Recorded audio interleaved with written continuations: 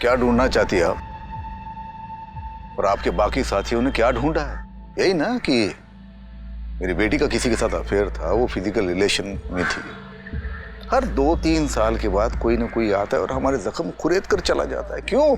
हमने मान लिया ना कि हमारी बेटी ने आत्महत्या की है, हो गया ना, बस अब जाइए यहाँ से। आपने भले मान लिया कि आपकी बेटी निधि ने आत्महत्या की थी, लेकिन हम नहीं मानते। हमें पूरा शक है कि निधि की मौत के 3 दिन पहले उसके साथ जरूर कुछ हुआ था, जिसकी वजह से वो बहुत अपसेट थी, खुश नहीं थी। शायद ऐसा कुछ जो 3 दिन बाद उसकी मौत का कारण बना। देखिए रस्तोगी साहब, मैं आपका दर्द समझ सकती हूँ। हम केस सॉल्व करने के बहुत करीब हैं। अगर आप थोड़ी सी मदद करें, थोड़ी हिम्मत दिखाएं, तो आपकी बेटी को इंसाफ जरूर मिलेगा। रस्तों,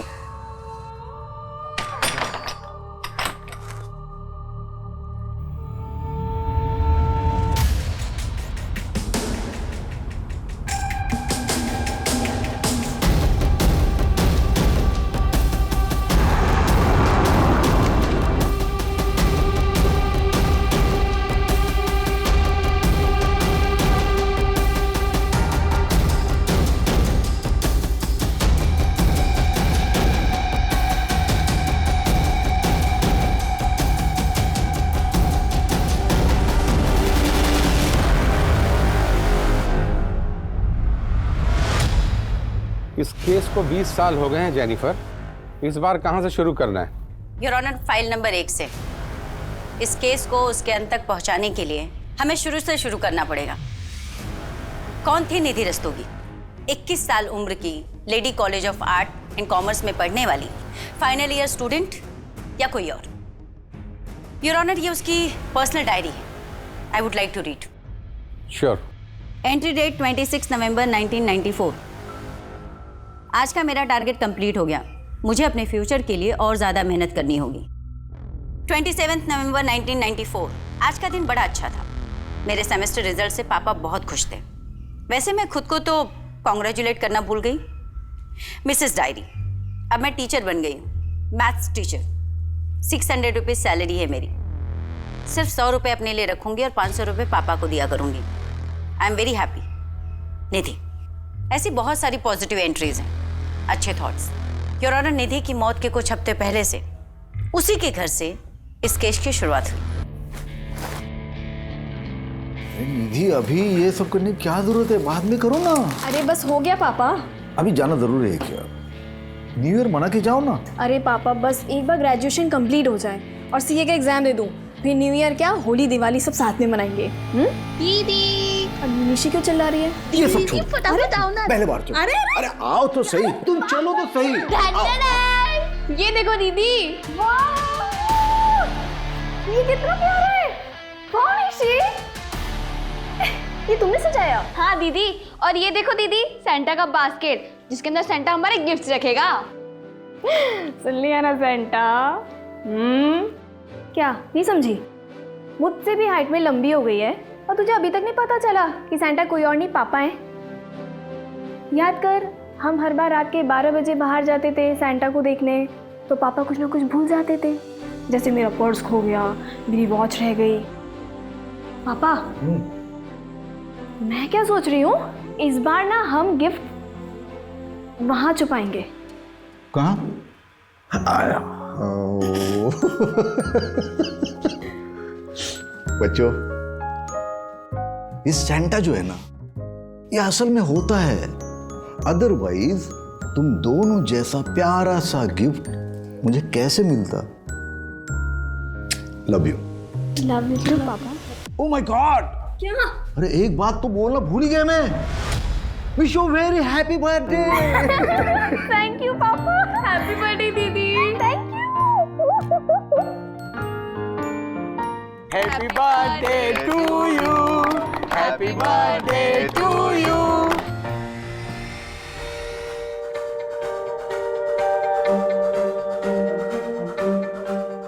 निधि की पढ़ाई लिखाई में तो बहुत खर्च होता होगा ना, क्योंकि पंजिम के अच्छे कॉलेज में पढ़ती है ये।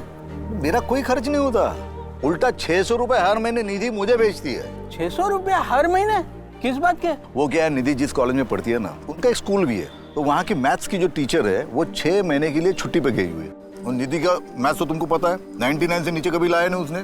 तो उन स्कूल वालों ने इसे ऑफर दिया ट्यूशन के लिए। अब नेक्स्ट महीने से ये कराटे भी सिखाएगी, मतलब सैलरी होगी 1000 रुपया महीना। अरे वाह, क्या बात है, ये सुन के तो बहुत खुशी हुई निधि। हाँ, थैंक यू अंकल। वैसे आज अगर भाभी जी जिंदा होती ना तो वो तो मेरे मुंह में मिठाई ठूस ठूस के मेरा शुगर ही हाई कर देती थी। अरे तुम्हारे शुगर को लो करते। आओ वाइन पीते। आओ। हाँ चलो चलो।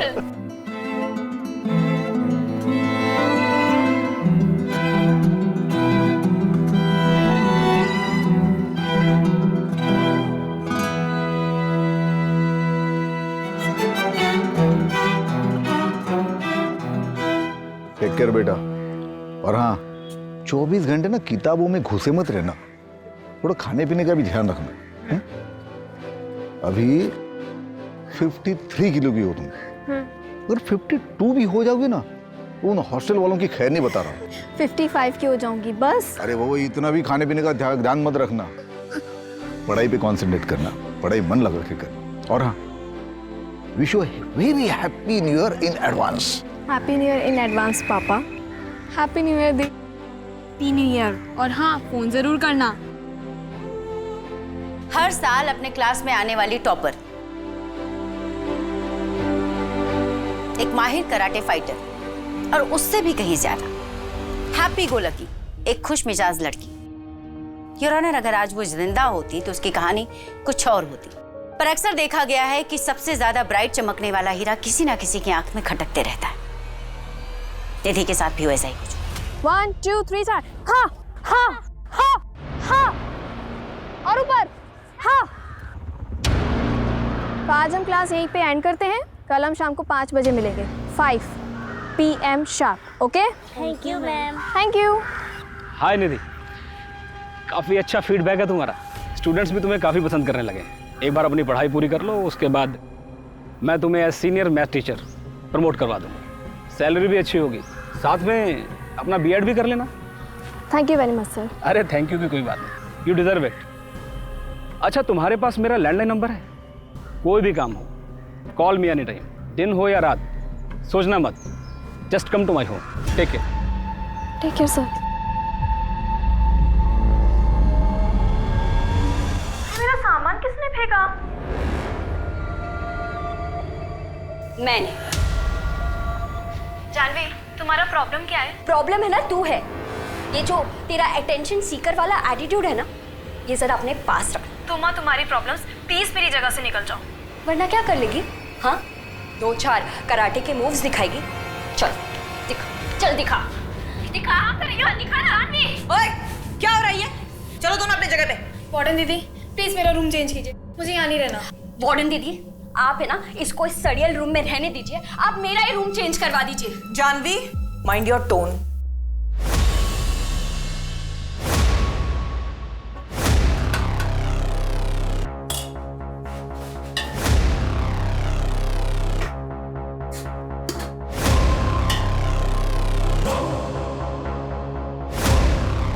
जया, ये जानवी ना मुझे बहुत इरिटेट कर रही है।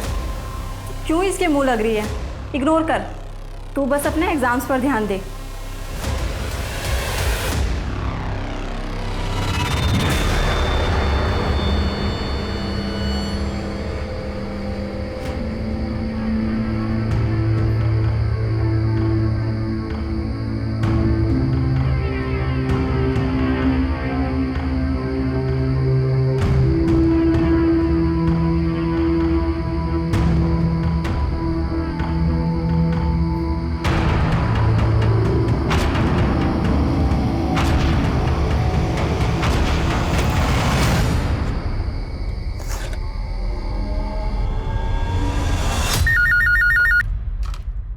हेलो पापा।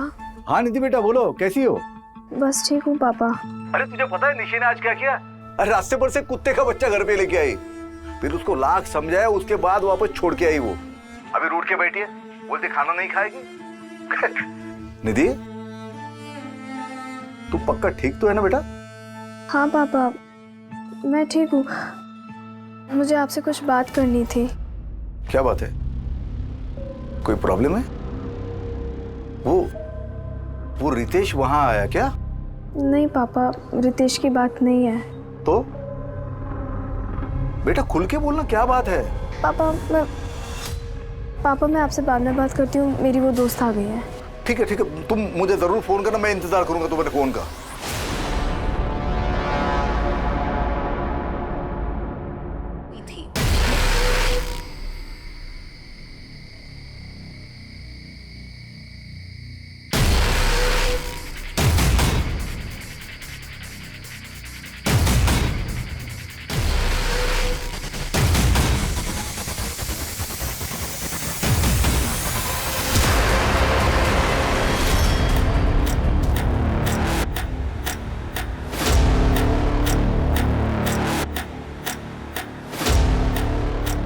सर फोन आया था, कुछ सामान बिखरा हुआ है और लड़की सुबह से गायब है। सारे हॉस्टल को अच्छे से चेक करो।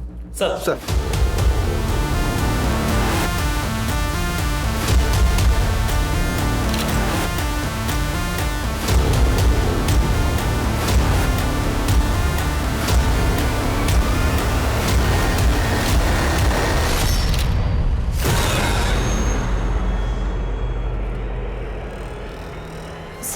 ये चप्पल तो निधि की है। उधर पूरा कमरा अच्छे से चेक करो।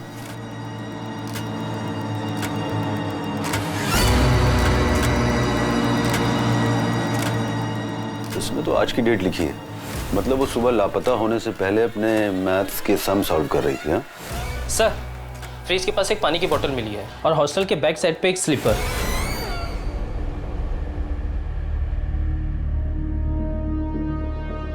सर यहाँ मिली है चप्पल।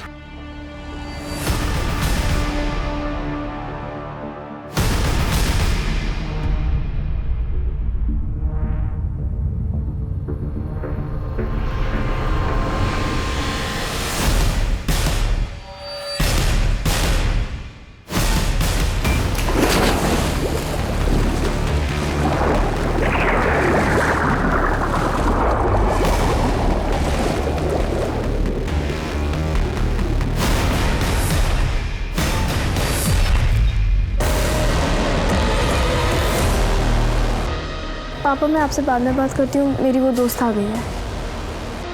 निधि क्या हुआ यार, तू बहुत परेशान लग रही है। नहीं बस सब ठीक है। क्या बात है, तेरी आंखें क्यों भरी हुई है? पता नहीं यार, मुझे मेरी तबीयत कुछ सही नहीं लग रही। सोच रही कुछ दिनों के लिए घर चली जाऊँ। Prosecution witness number 4 Jaya D'Souza, Nidhi की रूममेट और उसकी काफी अच्छी दोस्त। एग्जिबिट नंबर 13 पेज 3 पैरा 5 में दिए हुए उसके स्टेटमेंट के हिसाब से निधि अपनी मौत के 2-3 दिन पहले से काफी अपसेट दिख रही थी। योर ऑनर, हॉस्टल के सारे स्टाफ और स्टूडेंट्स के स्टेटमेंट एग्जिबिट नंबर 13 से एग्जिबिट नंबर 22 के बीच में।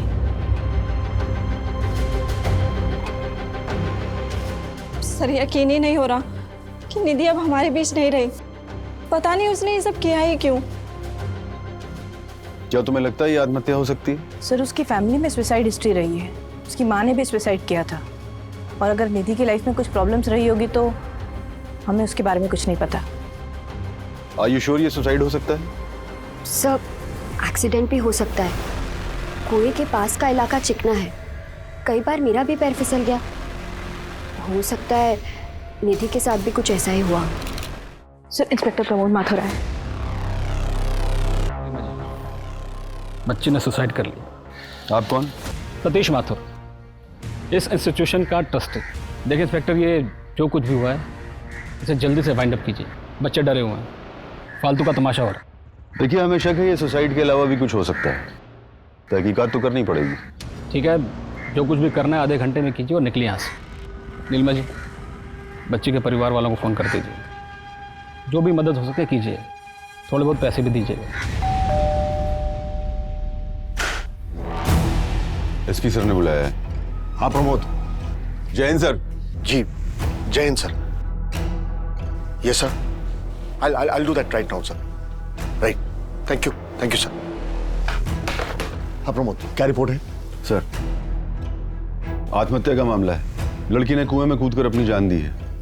किसी बात को लेकर डिस्टर्ब थी, कोई personal issue, may be exam का प्रेशर या फिर किसी लड़के का चक्कर। पोस्टमार्टम रिपोर्ट क्या कहती है? Same sir, suicide, no foul play. लड़की की बॉडी उसके घर वालों को पहुंचा दी है। Good job. ये केस को जल्दी सॉल्व करना हमारे लिए बहुत जरूरी था। बहुत प्रेशर है सर। अब एक काम करो, केस को क्लोज करो और कोर्ट का डेट ले लो। सर लेकिन ये कैसे पॉसिबल है बताइए? It's not possible. सर ये लोग क्या बोल रहे हैं कि मेरी बेटी ने आत्महत्या की? ये पॉसिबल नहीं है। वो तो सीए बनना चाहती थी, उसके हाल ही में मैथ्स के टीचर की जॉब लगी थी, वो बहुत खुश थी। सर वो आत्महत्या क्यों करेगी? देखिए मैं समझ सकता हूँ कि आपके लिए ये मानना काफी मुश्किल है कि अब आपकी बेटी इस दुनिया में नहीं है, लेकिन सच को तो एक्सेप्ट करना ही होगा। सच ये है कि उसने आत्महत्या नहीं की है। जरूर दूसरी कोई बात है जो आप छुपा रहे हैं मुझसे। अब आप एक काम करिए, उस रितेश को जाके उठाइए, वो मेरी बेटी को परेशान करता था। हाय निधि, कैसी चल रही तेरी सीए की तैयारियां? एकदम अच्छे से। तू कैसा है? अंकल कैसे? अरे एकदम बढ़िया। परसों आ रहे तेरे घर। क्यों? मेरे घर क्यों? अरे हमारी शादी की बात करने। रितेश, मुझे अभी किसी से शादी नहीं करनी। इतनी बड़ी हो गई है, अब कब तक सिंगल रहेगी? और ये शादी के बाद पढ़ाई लिखाई में क्या रखा है? मैं क्या बोल रहा हूँ, मेरे घर में कोई नहीं है, आज चले जाओ। क्या बोला? क्या बोला? निधि छोड़, निधि छोड़, तू बहुत बड़ी मिस्टेक कर रही है। निधि छोड़, देख लूंगा तुझे। सर मेरी बेटी निधि मुझे हर बात बताती थी, उसने मुझे रितेश के बारे में भी बताया था। तो मैं रितेश के घर गया, उसके बाप के साथ बात की मैंने, तो उस बात के लिए तो रितेश चुप हो गया था, लेकिन शायद ये बात उसके मन में घर कर गई हो और उसने बदला ले लिया इस बात का। तो आपके कहने का मतलब यह है कि रितेश सुबह सुबह आपकी बेटी के हॉस्टल पहुंचा, जहां पहले से बहुत सारी लड़कियां थी, और उन सबके बीच वो उसको उठाकर नीचे लाया, उसको मारा और कुएं में फेंक दिया, और किसी ने एक आवाज तक नहीं सुनी। कैसी अजीब बातें कर रहे हैं आप। देखिए अब आप हमें शांत रहने दीजिए और खुद भी थोड़ा शांति महसूस कीजिए। बेटी मरी है आपकी। महज एक हफ्ते में लोकल पुलिस टीम ने इस केस को आत्महत्या बताकर बंद कर देना चाहा, पर हिंदुस्तान की किसी भी अदालत में यह पहला ऐसा केस था जहां पर अदालत खुद ये मानने के लिए तैयार नहीं थी कि निधि ने आत्महत्या की। कोर्ट का सीधा सा सवाल था कि अगर निधि ने आत्महत्या की है तो हॉल में सामान बिखरा हुआ क्यों है? उसके बाद कुल मिलाकर पिछले 15 सालों में 6 टीमों ने इस केस की इन्वेस्टिगेशन की, पर उनमें से कोई भी टीम किसी भी नतीजे पर नहीं पहुंची। फिर स्पेशल यूनिट को यह केस 5 साल पहले यानी कि 2010 में सौंप दिया गया, जिसमें मैं और मेरी टीम अपॉइंट हुए।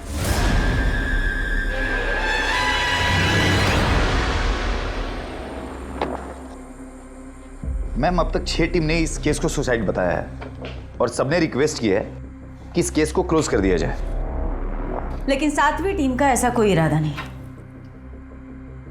19 जन 1995 ये वही दिन है ना जिस दिन कुएं से निधि की डेड बॉडी मिली थी। अगर 1 मिनट के लिए मैं मान भी लेती हूँ कि उसने सुसाइड कमिट किया, तो सुसाइड कमिट करने से पहले वो ये मैथ्स के सम क्यों सॉल्व कर रही थी? मैम ये रही उसकी डायरी। मैथ्यू मैं डायरी पढ़ चुकी हूँ। उसकी डायरी के एक भी पेज को देखकर ऐसा नहीं लगता कि वो सैड थी या सुसाइडल टेंडेंसी की थी। हर पेज पर कुछ ना कुछ positive, happy, cute, excited, bright future, bright सोचने वाली लड़की।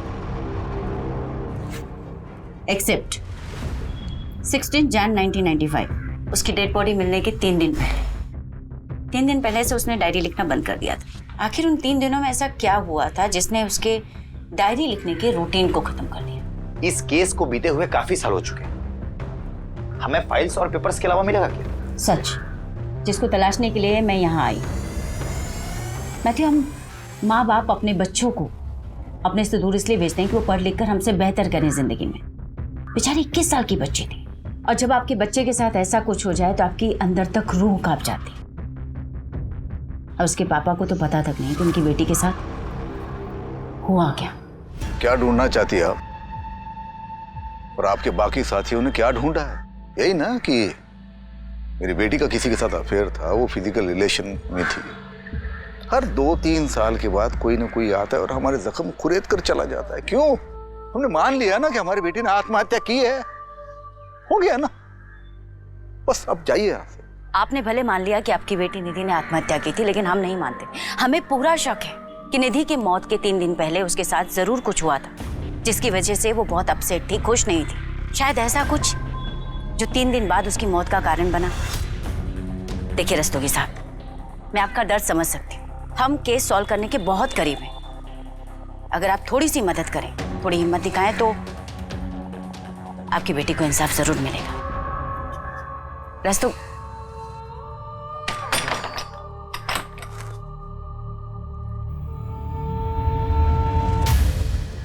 मैम, ये रही निधि की ऑटोप्सी रिपोर्ट। ये फर्स्ट रिपोर्ट और ये डिटेल रिपोर्ट। ऑटोप्सी रिपोर्ट के मुताबिक निधि के सर पर काफी गहरी चोटें थी, 4 चोटें। और इनिशियल इन्वेस्टिगेटिंग ऑफिसर्स की थ्योरी थी कि ये चोटें कुएं में गिरने की वजह से भी आ सकती हैं। तो इस थ्योरी का प्रैक्टिकल करके देख लेते हैं।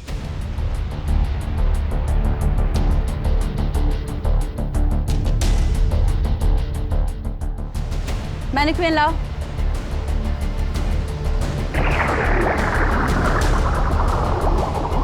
सर, एक तरफ अगर एक कॉन्शियस इंसान पानी में डूबने से मरे और दूसरी तरफ एक अनकॉन्शियस इंसान पानी में डूबकर मरे, तो दोनों ही हालातों में काफी फर्क होता है। मैं एक्सप्लेन करती हूँ। सर, जब पानी में डूबने की वजह से लंग्स के अंदर पानी भरता है तो कॉन्शियस इंसान और अनकॉन्शियस इंसान दोनों के सिनेरियो में लंग्स के अंदर अलग अलग टाइप का झाग बनता है। क्योंकि जो कॉन्शियस इंसान होगा उसकी सांसें तेज होंगी, वो छटपटाएगा, बाहर निकलने की कोशिश करेगा, भले ही वो आत्महत्या के इरादे से ही पानी में क्यों ना कूदा। और जो अनकॉन्शियस है वो सीधे डूबकर मर जाए।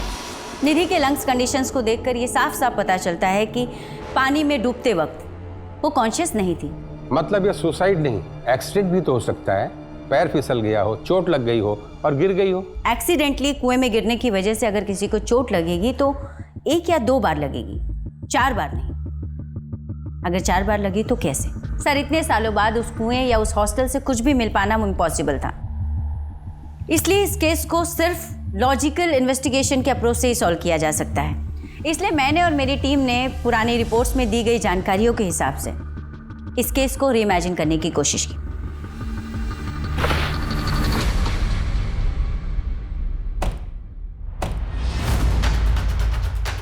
रिपोर्ट्स के मुताबिक निधि का बेड ये था और सुबह के करीब 4 बजे जब सब लोग सो रहे थे, निधि यहाँ बैठकर सम सॉल्व कर रही थी।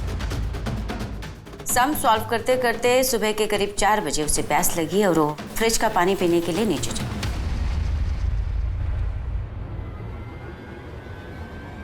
जया के दिए हुए स्टेटमेंट के हिसाब से जया सो रही थी, पर उसने निधि को कमरे से बाहर निकलते हुए देखा। इसका मतलब निधि कमरे से निकलकर पानी पीने के लिए मेस की तरफ गई होगी।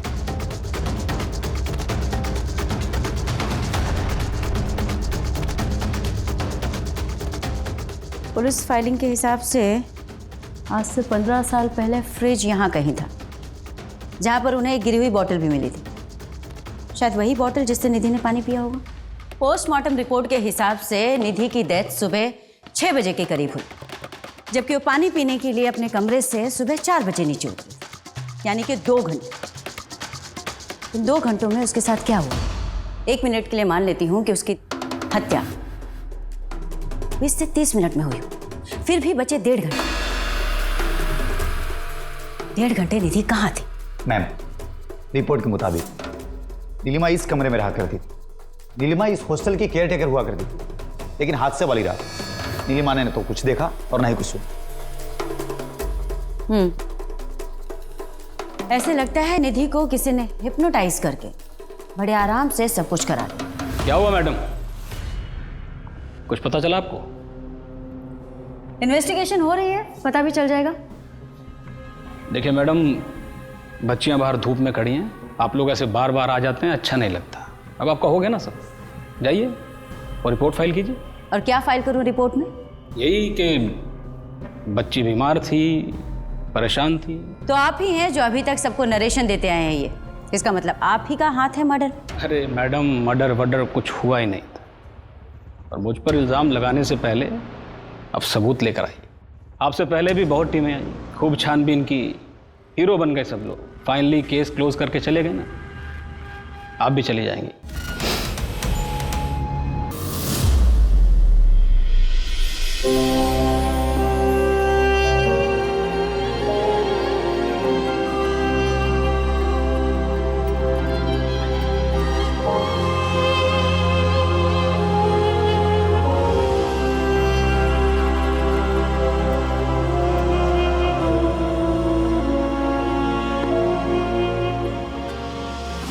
क्राइम सीन की फोटोज तुमने ही खींची थी ना?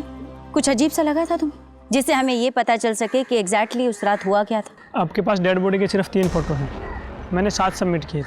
7? पर पुलिस फाइल में तो इसका कहीं कोई जिक्र नहीं। लड़के के गले पे नाखून के निशान थे, उसके सिर के पीछे जो चोट लगी थी वो लंबाई में कट था, शायद किसी लकड़ी या ऐसी किसी चीज़ से मारा गया हो। लेकिन कोर्ट में सिर्फ 3 ही फोटो सबमिट हुई।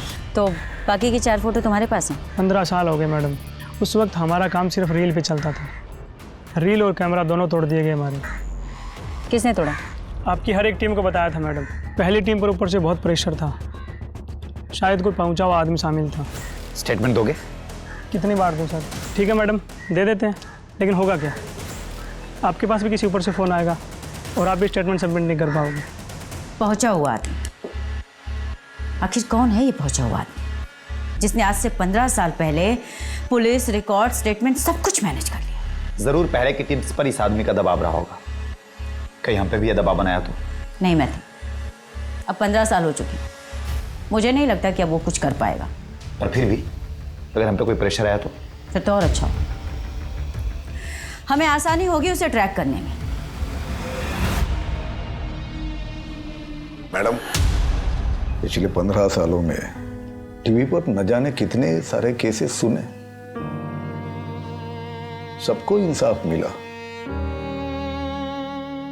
कुछ नहीं तो अरेस्ट तो हुआ,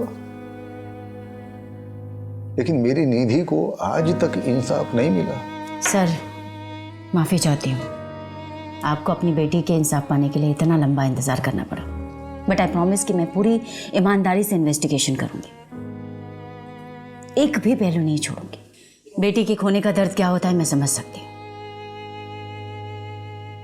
मेरी भी एक 6 साल की बेटी है। सर, मैं जानना चाहती हूँ कि इन 15 सालों के दौरान जो भी टीम इन्वेस्टिगेशन कर रही थी, कभी भी आपको ऐसे महसूस हुआ कि उन पर कोई दबाव डाला जा रहा है, उन्हें प्रेशराइज किया जा रहा है कि वो केस को रफा दफा कर दें?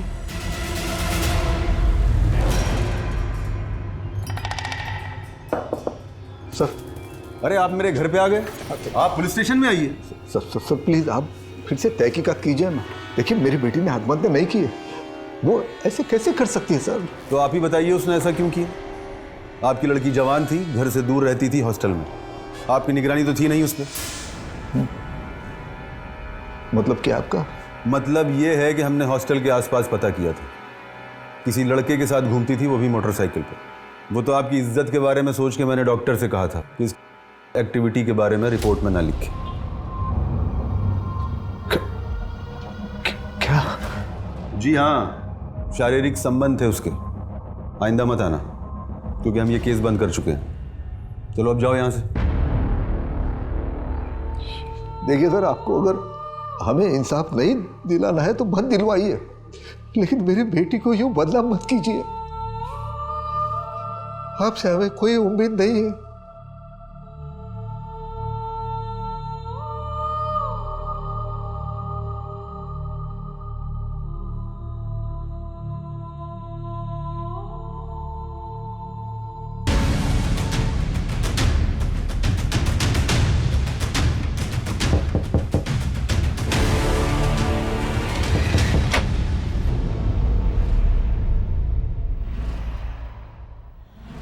फिर नई टीम, आप भी तहकीकात कर लीजिए, लेकिन होने वाला कुछ नहीं है। हमने जो चार्जशीट फाइल की थी वही एक्यूरेट थी मैडम।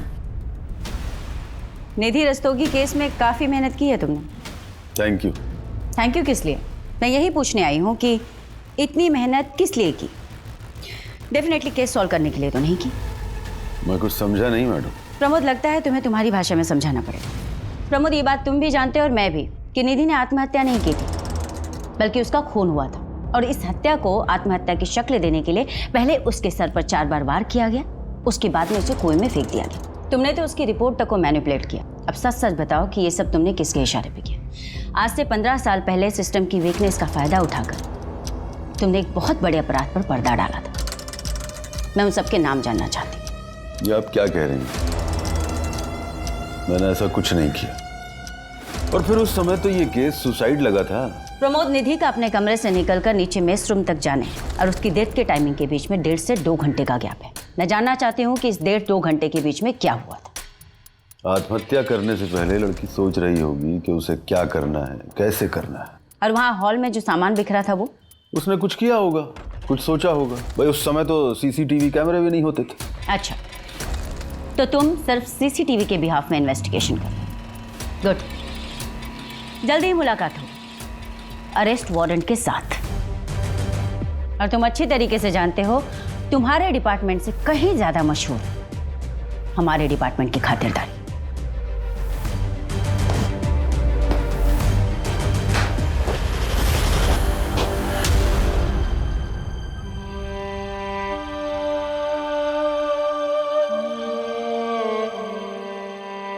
पापा, मैं ना ये सब उंगलियों पे जोड़ जोड़ के ना तंग आ गई हूँ। प्लीज सैंटा को बोलो ना इस बार एक कैलकुलेटर गिफ्ट कर दे। निधि बेटा, ये तुम्हारा कैलकुलेटर। अरे हाँ, इस केस में एक नई ऑफिसर आई है। हाँ, जानता हूँ, कहीं आए कहीं गए, और मैं हर बार उम्मीद लगा लेता हूँ। क्या करूँ बेटा, आगे ही नहीं जा पा रहा हूँ। बस इतना जानना चाहता हूँ कि उस रात को क्या हुआ था, तो मुझे फोन पर क्या बताने वाली थी। पापा,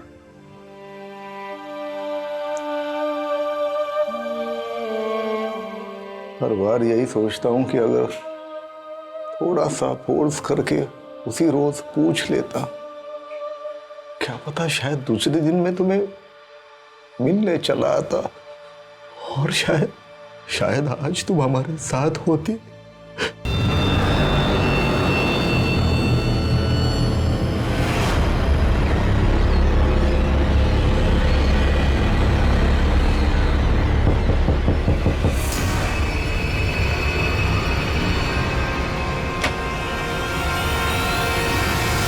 आप यहाँ?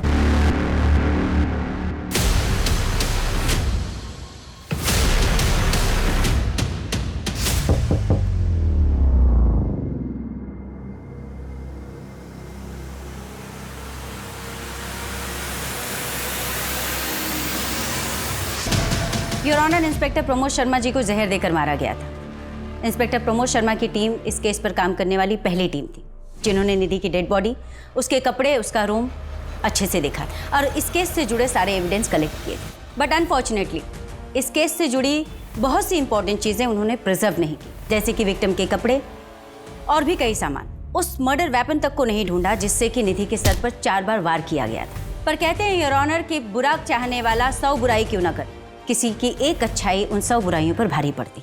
योर ऑनर, ये रहा पीयूष नायक का स्टेटमेंट और उसके खींचे हुए फोटोग्राफ्स। योर ऑनर, जो कोई भी बहुत ही पावरफुल और पहुंचा हुआ इंसान है, तभी पुलिस इन्वेस्टिगेशन से लेकर एविडेंस डिस्ट्रॉय करवाने तक हर जगह उसका अच्छा खासा इन्फ्लुएंस है। योर ऑनर, मुझे लगता है इंस्पेक्टर प्रमोद शर्मा जी की हत्या में भी उसी का हाथ हो।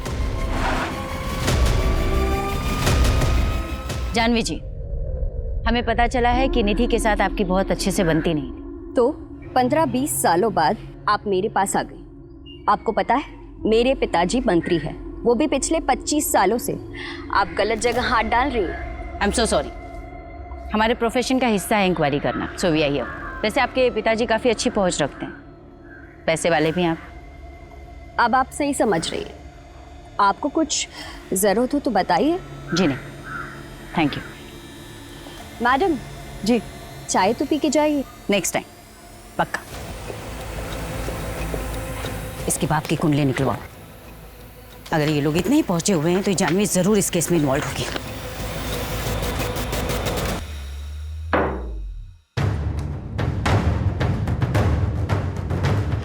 जानवी के बाप के बारे में कुछ पता चला? खबरी नेटवर्क एक्टिव है, बहुत जल्द पता चल जाएगा। कहाँ पता चलेगा मैथ्यू? हम जितनी इन्वेस्टिगेशन करते जा रहे हैं, हर लीड हमें डेड एंड की तरफ लेके जा रही है। हर कोई कहता है कोई पहुंचा हुआ आदमी इन्वॉल्व है, पहुंचा हुआ आदमी इन्वॉल्व है। कौन है ये पहुंचा हुआ आदमी? हमें ये पता कैसे चलेगा? मैथ्यू, 1995 और उसके 2-4 साल आगे पीछे की सभी फाइल, सभी न्यूज़पेपर, सभी मैगजीन्स खंगालो और पता करो कि उस वक्त पंजिम में कौन से ऐसे बड़े लोग थे जो चर्चा का विषय थे या चर्चित थे। ऐसे तो कई सारे नाम मिलेंगे, किस किस से बात करें? करेंगे, सभी से बात करेंगे। मैम, मुझे नहीं लगता कि इस केस में हम लोगों को कुछ मिलने वाला है।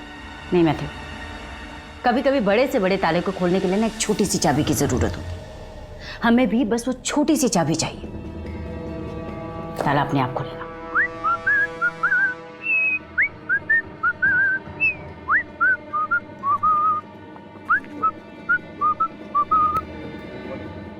एक्सक्यूज मी दोस्त, पैराग्लाइडिंग करेंगे? पैराग्लाइडिंग ये भाई मैम, अपना जेस्की है, स्कूबा डाइव है, सब एकदम पैकेज में करा दूंगा, डिस्काउंटेड। ये बता लूँ। कोई बात नहीं ब्रदर, कोई बात नहीं, एंजॉय एंजॉय।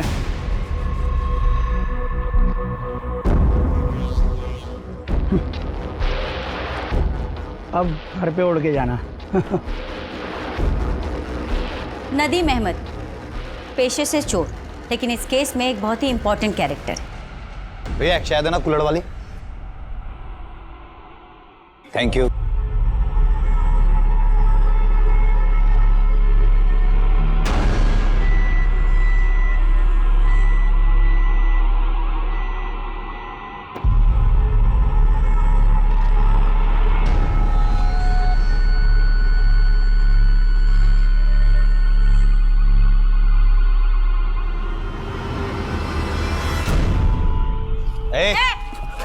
भागता कहाँ है? मैंने कहा था ना, ये चोर नहीं जादूगर है।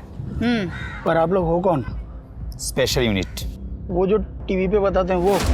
गोवा सुर्खियां। आज से करीब 18 साल पहले तूने स्टेटमेंट दिया था कि तू चोरी करने के इरादे से एक गर्ल्स हॉस्टल में गया था और वहां तूने कुछ और देखा। क्या देखा?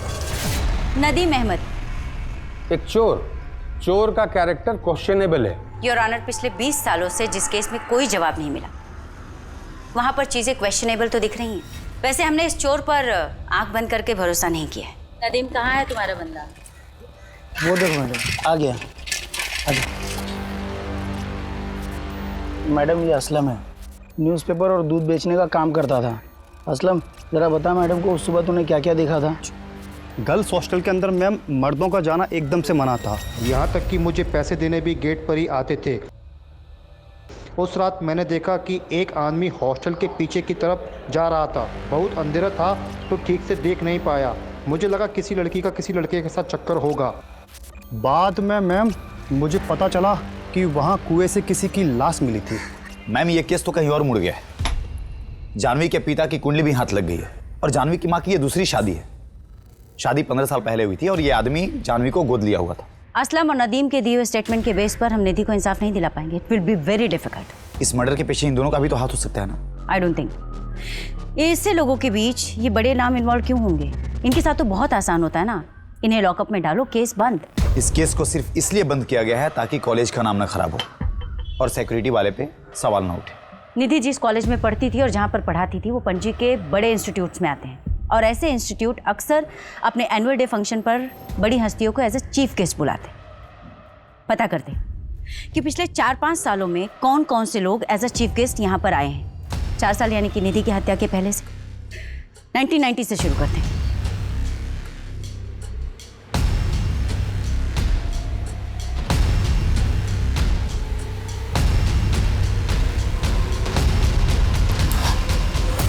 मैम मैंने सारे फोटोज देखे और इन फोटोज में मुझे कुछ पावरफुल लोग दिखे, लेकिन कनेक्शन कैसे ढूंढेंगे?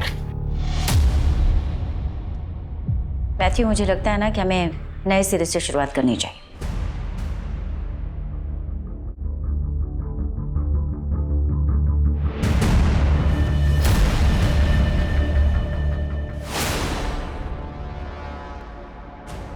मैथ्यू, ये फर्स्ट ऑटोप्सी रिपोर्ट का सिग्नेचर और ये डिटेल ऑटोप्सी रिपोर्ट की signature, there is a little difference.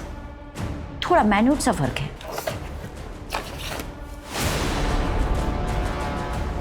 आप बिल्कुल सही कह रही हैं। दोनों सिग्नेचर के फ्लो में थोड़ा फर्क दिख रहा है। लगता है किसी दूसरे ने की है इस सिग्नेचर को। डॉक्टर शिवदर्शन रेड्डी, मैं sir Jennifer Pereira, special unit officer. Nidhi Rastogi case याद होगा आपको? बराबर याद है। 20 साल से वेट कर रहा हूँ, कोई तो आएगा मेरे पास इन्वेस्टिगेशन करते हुए।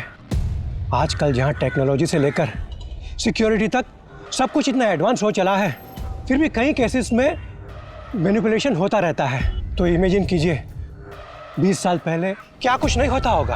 आपका मतलब है इस केस की पोस्टमार्टम रिपोर्ट के साथ भी मैनिपुलेशन हुआ? उस बच्ची के साथ हुआ था। तो ये बात ऑटोप्सी में क्यों नहीं लिखी गई? लिखी गई थी, मगर कोई तो था जो ये चाहता था कि रिपोर्ट से ये सब कुछ मिटा दिया जाए। क्या आप हमें उसका नाम बता सकते हैं? जी नहीं, हम पे वो प्रेशर पुलिस टीम के थ्रू डाला जाता था। आपके इन्वेस्टिगेशन ऑफिसर्स इस केस को सुसाइड केस बताकर हमेशा के लिए क्लोज कर देना चाहते थे। क्या आप स्टेटमेंट देंगे? निधि रस्तोगी केस में आप भी इन्वॉल्व थे ना? मैं जानना चाहती हूँ कौन प्रेशराइज करवा रहा था? कौन नहीं करवा रहा था प्रेशराइजमेंट, बस सभी तो लगे हुए थे इस केस को ख़त्म करने में। मुझे भी धमकियाँ मिली, 21 साल की बच्ची थी वो। आपने भी तो प्रेशराइज किया था डॉक्टर रेड्डी को, नहीं?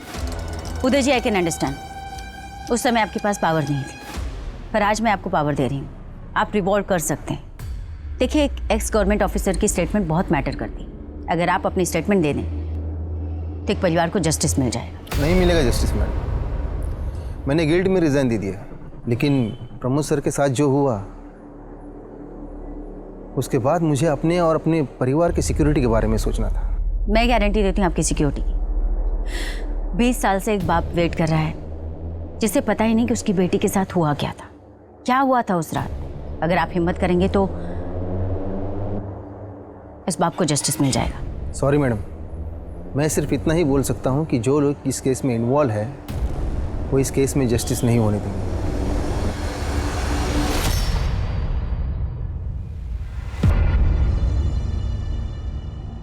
लगता है हमें भी इस केस को सॉल्व करने में 20 साल लग जाएंगे। पता काफी लोगों को है, पर कोई कुछ नहीं कहना चाहता। नीलिमा इस हॉस्टल की केयरटेकर हुआ करती थी, लेकिन हादसे वाली रात नीलिमा ने न तो कुछ देखा और न ही कुछ सुना। नीलिमा का कमरा मेस रूम के बगल में, माना कि वो सो रही थी, पर कुछ तो आवाज सुनी होगी उसने।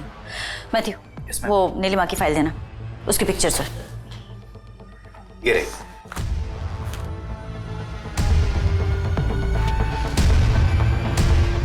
कुछ तो कनेक्शन है। मैम, अगर मैंने स्टेटमेंट दे दिया तो क्या आप मुझे गारंटी देती है कि आप निधि को जस्टिस दिलाएंगे और बैकआउट नहीं करेंगे? एसपी साहब, बेहतर होगा आप इज्जत से खुद ही सब बता दें। वैसे हमने होम मिनिस्ट्री में सारी डिटेल्स भिजवा दी है। हमें पता है कि आप वही ऑफिसर हैं जिन्होंने इन्वेस्टिगेशन टीम पर प्रेशर डाला था। केस को क्लोज करो और कोर्ट का डेट ले लो। सर, नदीम हमें सब कुछ बता चुका है, पूरी थ्योरी रेडी है हमारे पास।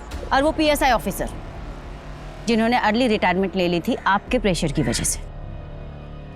अब आप बताएंगे कि आपने ये सब किसके लिए किया या किसके कहने पर किया? मैं उन्हें मना नहीं कर पाया, गुरु माना है मैंने उन्हें। हर इंसान में गलत भावना होती है, लेकिन हमें उसे काबू में रखना है। जब हमारा ध्यान अच्छी बातों में लगाएंगे तब सब कुछ अच्छा होगा। We have to move forward in our life. पीछे मत देखो, जो हुआ अच्छे के लिए होता है। हर इंसान में अच्छा करने की ताकत होती है। पॉजिटिव एनर्जी में जो ताकत है ना, वो किसी और चीज में नहीं। जब आप सोचते हो आई एम द बेस्ट, आप बेस्ट हो जाते हो। तो से with me, I am the best, I am the best, I am the best, I am the best. Donation पहुंच गई?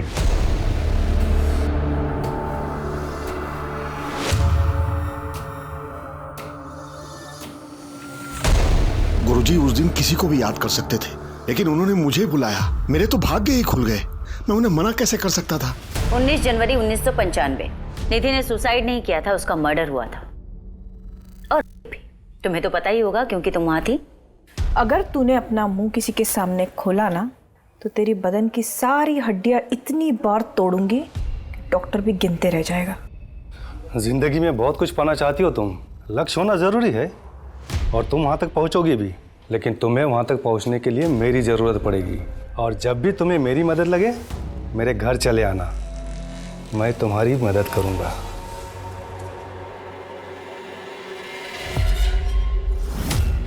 आज जब गुरुजी आए थे ना तुम सबसे मिलने, उन्हें तुम बहुत पसंद आई। पता है इतनी छोटी सी उम्र में तुझे प्रिंसिपल बनाने का सोच रहे हैं।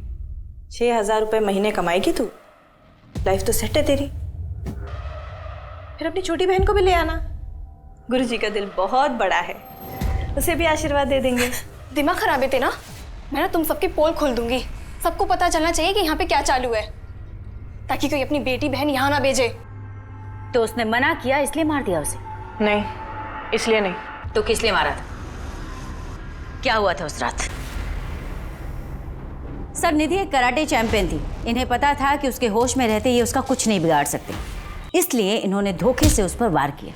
सर, संजय और कमल ने मिलकर बड़ी ही बेरहमी से निधि का कार किया और केस को गुमराह करने की कोशिश की। इतना ही नहीं, इस केस से जुड़े सारे एविडेंस डिस्ट्रॉय किए, जिसकी वजह से इस केस को सॉल्व होने में 2 दशक यानी कि पूरे 20 साल लग गए। और इन्हीं लोगों ने इंस्पेक्टर प्रमोद शर्मा को भी जहर देकर मार डाला। और ये सब सिर्फ इसलिए क्योंकि 16 जनवरी 1995 को यानी अपनी मौत से ठीक 3 दिन पहले निधि गलत समय पर गलत जगह जा पहुंची, जहां पर उसने कुछ गलत होते देखा। स्पेशल यूनिट के इन्वेस्टिगेशन को सुनने के बाद अदालत इस नतीजे पर पहुंची है कि निधि रस्तोगी ने आत्महत्या नहीं की थी, बल्कि उसकी हत्या हुई थी। 21 साल की निधि रस्तोगी, जिसके आगे पूरी जिंदगी थी, जो अपने सपनों को पूरा करने के लिए पूरी मेहनत कर रही थी, उस बच्चे की हत्या के इल्जाम में ये कोर्ट नीलिमा पेंडेकर, संजय शर्मा और कमल जैन को उम्र कैद की सजा सुनाती है।